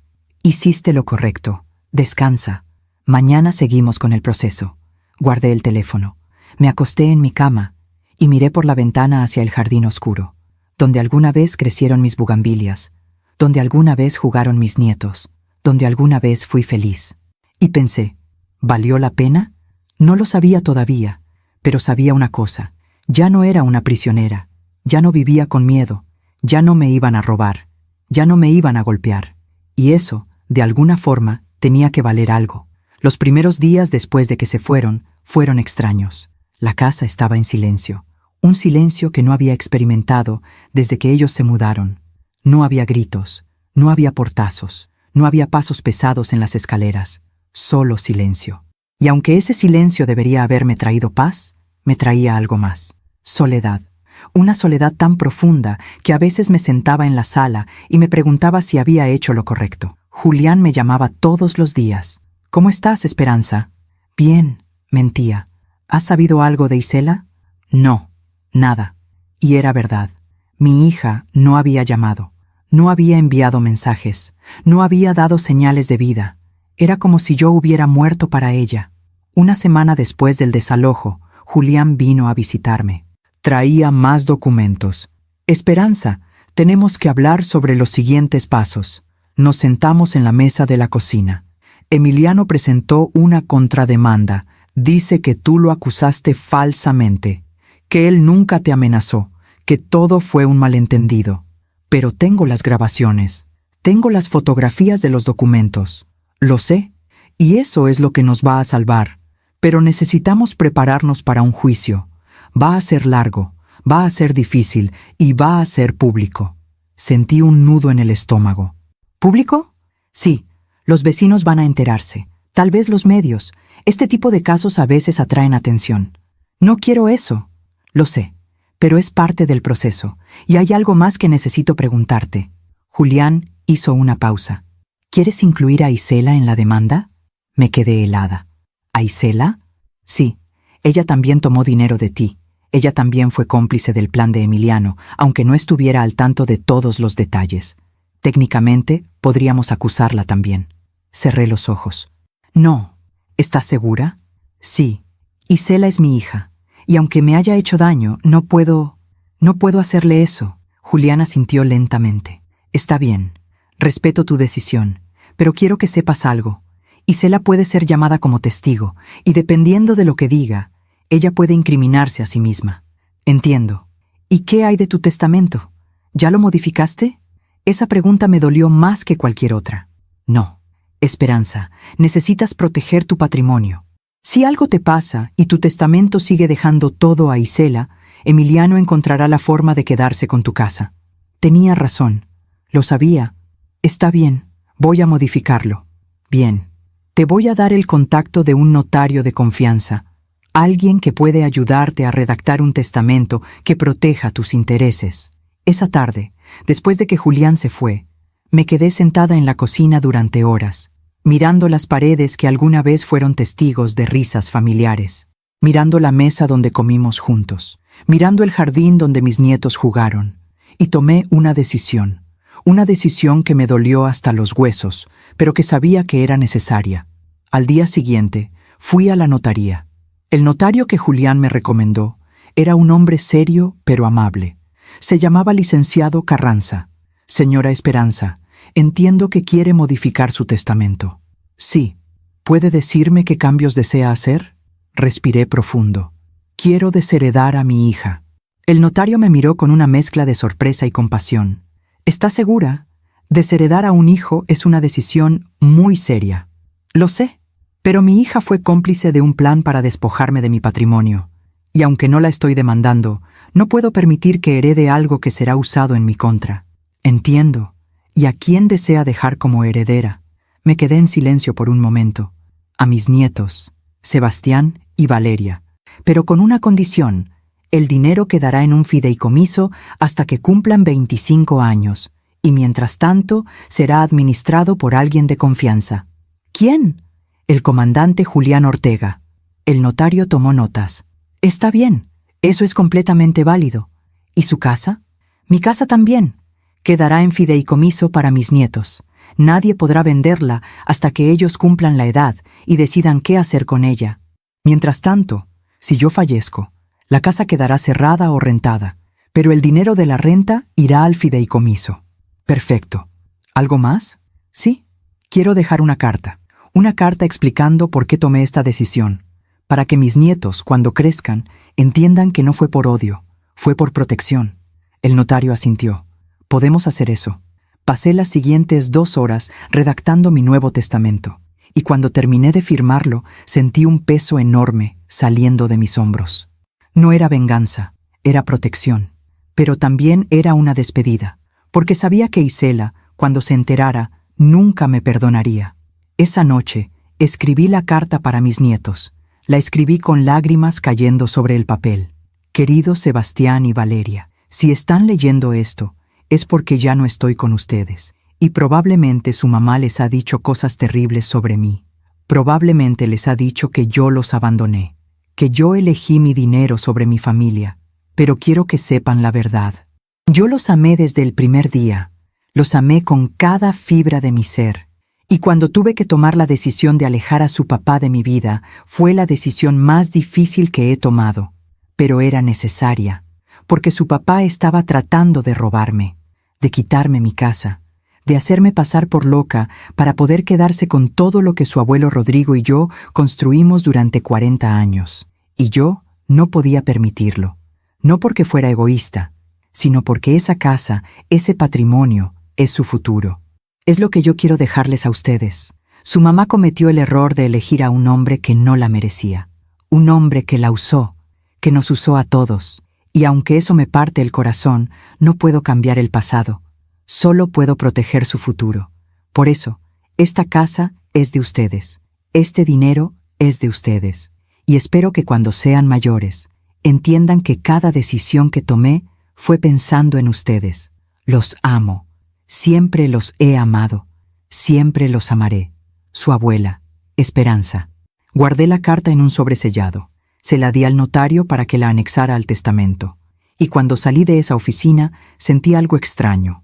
No era felicidad, no era tristeza, era paz. Una paz dolorosa, pero paz al fin. Los siguientes días fueron de reconstrucción. Empecé a limpiar la casa, a deshacerme de todo lo que Emiliano había traído, de todos los muebles feos que había puesto en mi sala, de todas las cosas que no eran mías. Poco a poco, mi casa volvió a ser mi casa. Volví a poner mis plantas en el jardín. Compré nuevas bugambilias y las planté en el mismo lugar donde Emiliano había arrancado las otras. Volví a cocinar para mí, comidas sencillas, sopas, guisados, arroz con leche. Volví a salir al parque, a caminar, a saludar a mis vecinas. La señora Remedios, mi vecina de al lado, me detuvo un día. Esperanza, me enteré de lo que pasó. Cuánto lo siento. Gracias, doña Remedios. ¿Estás bien? Sí, estoy bien. Si necesitas algo, aquí estoy. Y me abrazó. Ese abrazo me recordó que no estaba completamente sola, que todavía había gente buena en el mundo. Un mes después del desalojo, recibí una llamada inesperada. Era Isela. Mi corazón se aceleró cuando vi su nombre en la pantalla. «¿Hola? Mamá». Su voz sonaba fría, distante. «Isela, ¿cómo estás? ¿Cómo están los niños?» «Los niños están bien, no gracias a ti». Sentí una punzada en el pecho. «Isela, yo... no quiero escuchar tus excusas, mamá. Solo te llamo para avisarte algo. Emiliano y yo nos vamos a ir de la ciudad. Nos vamos a Guadalajara. Él consiguió trabajo allá». «¿A Guadalajara? Pero... no vamos a volver, y no quiero que intentes contactarnos. Los niños no necesitan en su vida a una abuela que destrozó a su familia. Isela, yo no destruí nada, yo solo me protegí. Eso es lo que tú crees, pero la verdad es que elegiste tu dinero sobre nosotros, y eso nunca te lo voy a perdonar. Hija, por favor. Adiós, mamá. Y colgó. Me quedé ahí, con el teléfono en la mano, sintiendo cómo las lágrimas corrían por mi rostro. Sabía que este momento llegaría, pero eso no lo hacía menos doloroso. Esa noche, saqué el teléfono secreto. Le escribí a Julián. Isela se va a Guadalajara. Me dijo que no quiere que los contacte, que no quiere que vea a mis nietos. La respuesta llegó en minutos. Lo siento, Esperanza. Sé que duele, pero hiciste lo correcto. Y algún día, cuando tus nietos crezcan, ellos van a entender. ¿Y si no entienden? Entonces habrás hecho lo correcto de todas formas, porque lo correcto no siempre es lo que trae felicidad inmediata. A veces, es lo que trae paz a largo plazo. Guardé el teléfono. Y esa noche, en lugar de llorar, hice algo diferente. Salí al jardín, me senté en mi vieja mecedora y miré las estrellas, y por primera vez en mucho tiempo me sentí libre. Libre de las amenazas, libre de los robos, libre del miedo.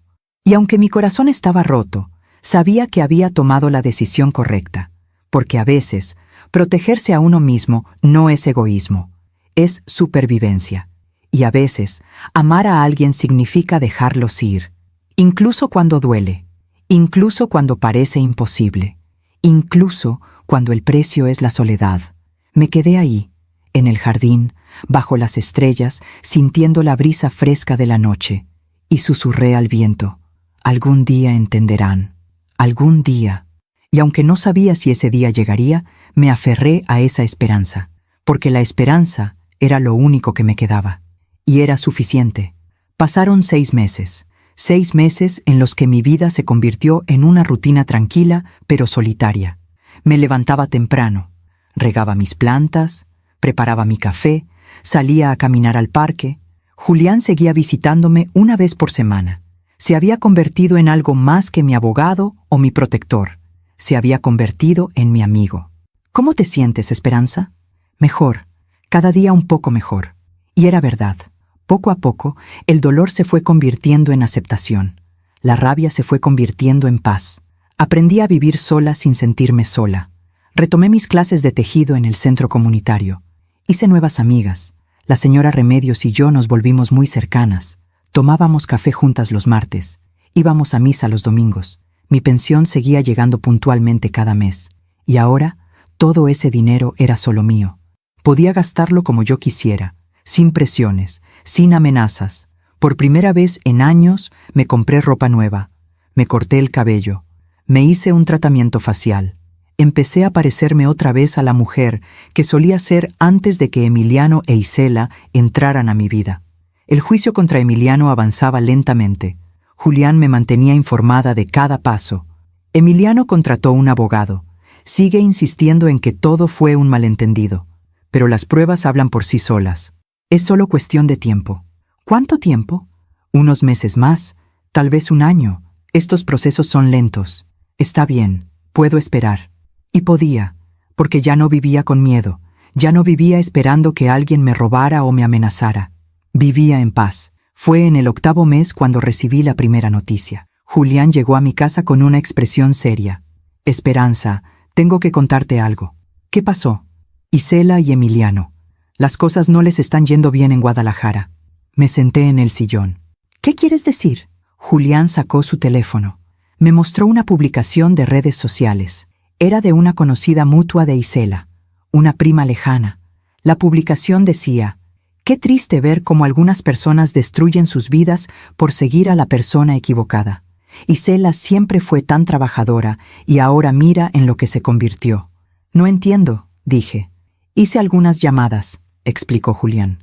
Emiliano nunca consiguió trabajo en Guadalajara. Mintió. Se fueron allá sin nada, sin ahorros, sin plan. ¿Y qué pasó? Están viviendo en un cuarto rentado en una zona muy humilde. Isela tuvo que conseguir trabajo limpiando casas. Emiliano sigue sin trabajar. Y al parecer, su relación está destruida. Pelean constantemente. Los vecinos se quejan del ruido. Sentí un nudo en el estómago. No era satisfacción lo que sentía. Era tristeza. porque aunque Isela me había hecho tanto daño, seguía siendo mi hija. ¿Y los niños? Los niños están bien, hasta donde sé. Van a la escuela. Pero están viviendo en condiciones muy diferentes a las que tenían aquí. Me quedé en silencio. Esperanza, sé que esto debe ser difícil para ti. Lo es, pero no porque disfrute su sufrimiento. Es difícil porque me duele verlos así, aunque me hayan lastimado. Julián asintió. Eso habla bien de ti. 2 meses después llegó la segunda noticia. Esta vez fue la señora Remedios quien me la dio. Esperanza, ¿te enteraste? ¿De qué? De Emiliano. Lo arrestaron en Guadalajara.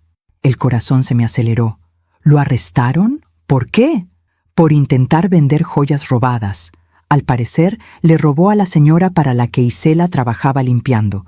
Entró a la casa cuando no había nadie y se llevó un joyero completo. Pero la señora tenía cámaras de seguridad. Me llevé la mano a la boca. Dios mío. Sí, y cuando la policía fue a buscarlo, encontraron más joyas en su cuarto. Joyas que no podía explicar de dónde había sacado.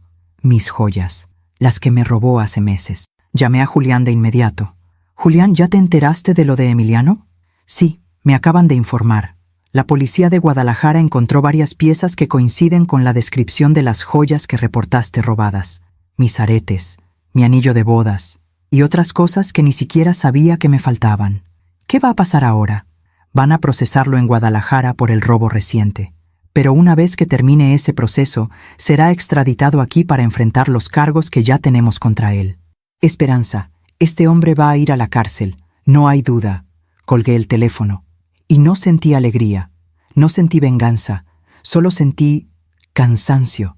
Cansancio de todo este dolor, de toda esta destrucción. 3 semanas después, recibí una llamada.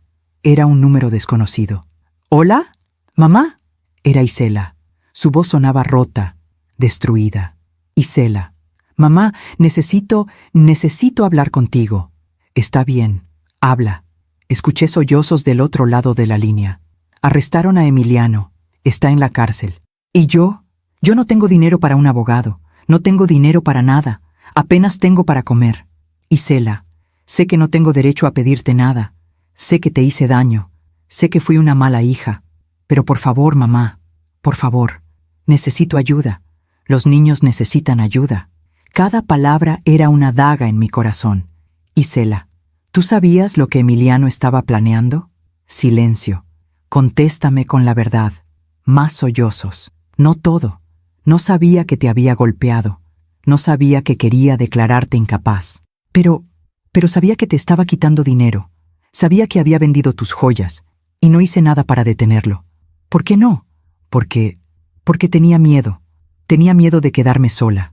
Tenía miedo de que si lo dejaba, no iba a poder mantener a mis hijos sola. Y pensé que si tú nos dabas dinero, todos estaríamos bien. Pero no estaban bien, Isela. Estaban destruyéndome. Lo sé, mamá. Y lo siento. De verdad lo siento». Cerré los ojos. «Isela, no voy a ayudarte con un abogado para Emiliano. Mamá, por favor. No, ese hombre me robó, me amenazó, me golpeó y planeó quitarme todo. No voy a mover un dedo para ayudarlo». «Está bien, lo entiendo. Pero, ¿y los niños? ¿Y yo? Mamá, no tengo trabajo estable. Apenas me alcanza para pagar la renta. Sebastián necesita lentes y no puedo pagarlos. Valeria está comiendo solo frijoles y arroz». Sentí que el corazón se me partía en 2. «¿Qué quieres que haga, Isela?» «No lo sé. Solo necesito ayuda. Cualquier ayuda». Respiré profundo. «Te voy a hacer una transferencia. 3,000 pesos. Pero con una condición». «¿Cuál?» «Que uses ese dinero solo en los niños. En comida, en útiles escolares, en lo que ellos necesiten. No en abogados para Emiliano. No en rentas caras. Solo en los niños». «Sí, mamá, sí. Lo prometo». «Y otra cosa, Isela. Esto no significa que estemos bien. No significa que olvidé lo que pasó. Pero no voy a dejar que mis nietos sufran por los errores de sus padres. Gracias, mamá. Gracias». «¿Isela? ¿Sí? ¿Todavía amas a Emiliano?» Hubo un largo silencio. «No lo sé. Tal vez lo amaba. O tal vez solo tenía miedo de estar sola. Pero ahora que veo en lo que se convirtió nuestra vida, creo que nunca lo conocí realmente. Él te usó, Isela. Nos usó a las 2. Lo sé. Colgamos. Esa tarde hice la transferencia. 3,000 pesos. No por Isela, por Sebastián y Valeria. Julián vino a visitarme al día siguiente. Escuché que hablaste con Isela. ¿Cómo te enteraste? Porque te conozco, Esperanza, y porque imaginé que te iba a buscar. Le di dinero, solo para los niños. Julián asintió. Hiciste bien, pero ten cuidado, no dejes que vuelva a manipularte. No lo hará. Ya aprendí. 3 meses después llegó la noticia final. Emiliano fue sentenciado a 5 años de prisión en Guadalajara por robo.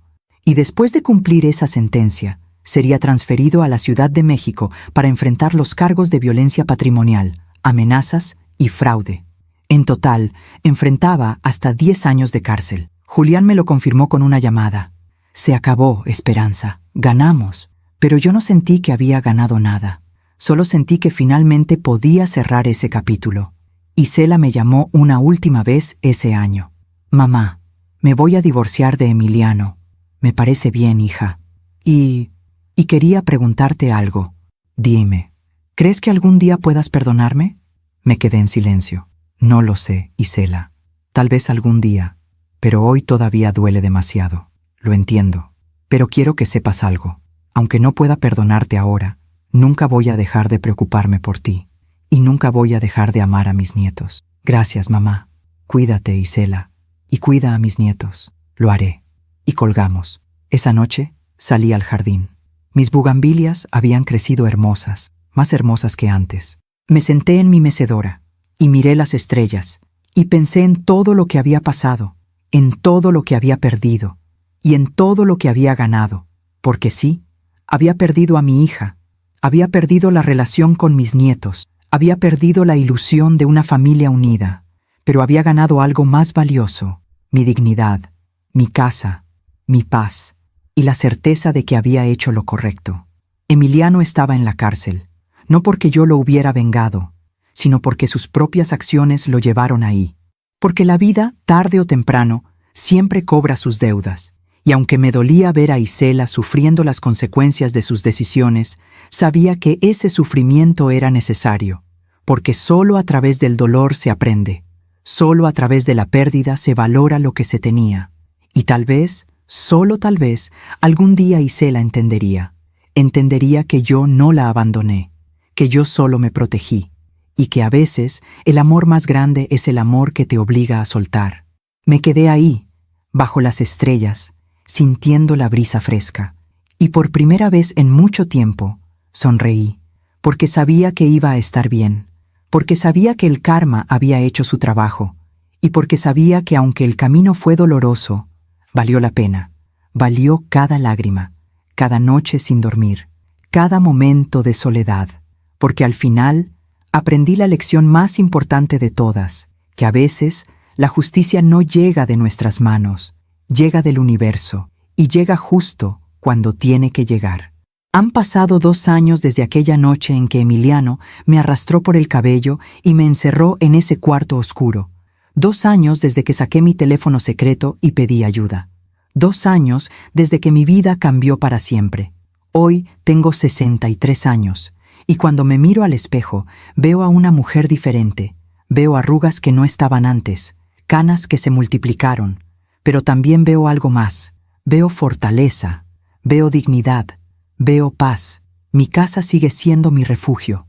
La he ido llenando de nuevo con cosas que me hacen feliz. Plantas en cada rincón, fotografías de Rodrigo, libros que siempre quise leer y nunca tuve tiempo. El jardín está más hermoso que nunca.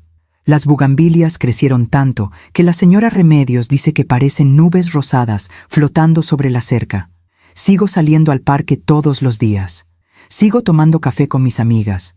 Sigo asistiendo a mis clases de tejido. Mi vida es sencilla, pero es mía. Julián sigue visitándome. Ya no como mi abogado, sino como mi amigo. Tomamos café, platicamos, reímos. Hace unos meses me confesó algo. Esperanza, cuando me llamaste esa noche hace 2 años, no sabía qué tan grave era tu situación. Pero en cuanto escuché tu voz, supe que tenía que ayudarte, porque tú me ayudaste hace muchos años cuando nadie más lo hizo, y esa es una deuda que nunca olvidé. Tú no me debías nada, Julián. Claro que sí, y más que eso, Me alegra haber estado ahí. Me alegra haber sido parte de tu recuperación. Esas palabras me conmovieron profundamente, porque me recordaron que aunque perdí una familia, gané amistades verdaderas. El juicio contra Emiliano terminó hace 6 meses. Fue declarado culpable de todos los cargos: violencia patrimonial, amenazas, fraude, despojo intentado. En total, lo sentenciaron a 12 años de prisión. 12 años en los que no podrá hacerle daño a nadie más. Cuando Julián me dio la noticia, no sentí alegría. No sentí venganza cumplida. Solo sentí alivio. Alivio de que finalmente había terminado. Mis joyas fueron recuperadas. Mi anillo de bodas, mis aretes de oro, todo. Cuando me los devolvieron, lloré. No porque fueran valiosos, sino porque representaban memorias, momentos con Rodrigo, pedazos de una vida que pensé que había perdido para siempre. Ahora los guardo en una caja de seguridad en el banco.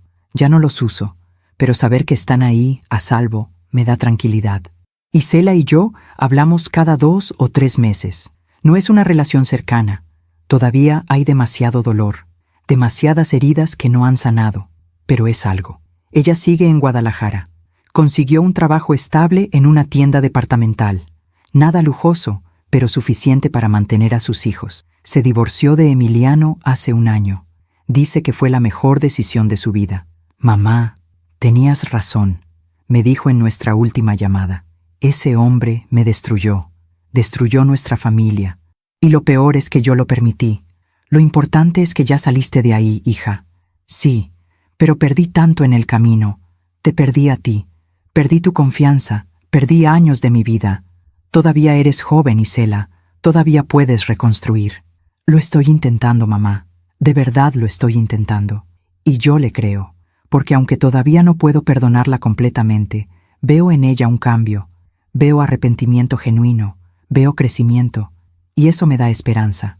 Mis nietos, Sebastián y Valeria, ahora tienen 11 y 9 años. Hablo con ellos por videollamada 1 vez al mes. Isela me lo permite. Al principio, las conversaciones eran incómodas. Los niños me veían con desconfianza, con la historia que Isela les había contado durante meses. Pero poco a poco, esa desconfianza se fue desvaneciendo. Ahora me cuentan de la escuela, de sus amigos, de sus sueños. Sebastián quiere ser veterinario. Valeria quiere ser maestra. Les digo que estoy orgullosa de ellos, que los amo, que siempre voy a estar aquí si me necesitan. Y aunque no puedo abrazarlos, aunque no puedo verlos crecer de cerca, al menos puedo estar presente en sus vidas de esta manera. El testamento que modifiqué hace 2 años sigue vigente. Todo lo que tengo será de ellos cuando yo ya no esté. La casa, los ahorros, todo. Y la carta que escribí sigue guardada en la notaría, esperando el día en que ellos la lean, esperando el día en que entiendan. A veces, cuando estoy sola en la casa, me pregunto si tomé las decisiones correctas, si debí haber sido más paciente con Isela, si debí haber dado más oportunidades. Pero entonces recuerdo esa noche, recuerdo el dolor del cabello siendo arrancado, recuerdo el sabor de la sangre en mi boca, recuerdo el miedo de estar encerrada en ese cuarto oscuro, y sé que no tuve opción, que lo que hice fue supervivencia, no venganza, no egoísmo, supervivencia. Y si tuviera que hacerlo de nuevo, tomaría las mismas decisiones, porque aprendí algo muy importante en estos 2 años. Aprendí que amarse a uno mismo no es egoísmo. Aprendí que poner límites no es crueldad. Aprendí que proteger tu paz es un acto de amor propio. Y aprendí que a veces, la familia que eliges es más fuerte que la familia de sangre. La señora Remedios se ha convertido en la hermana que nunca tuve. Julián se ha convertido en el hijo que Isela no pudo ser. Mis amigas del tejido se han convertido en mi red de apoyo. Y aunque extraño lo que pudo haber sido, estoy agradecida por lo que es. Hace unas semanas, mientras regaba las bugambilias, encontré algo enterrado en la tierra. Una pequeña cajita de metal oxidada. La abrí con cuidado. Dentro había una fotografía vieja, una fotografía de Isela cuando tenía 5 años. Estaba en el jardín, sonriendo, con las manos llenas de tierra, plantando flores conmigo. Me quedé mirando esa fotografía durante mucho tiempo y lloré. Lloré por la niña que fue. Lloré por la mujer en la que se convirtió.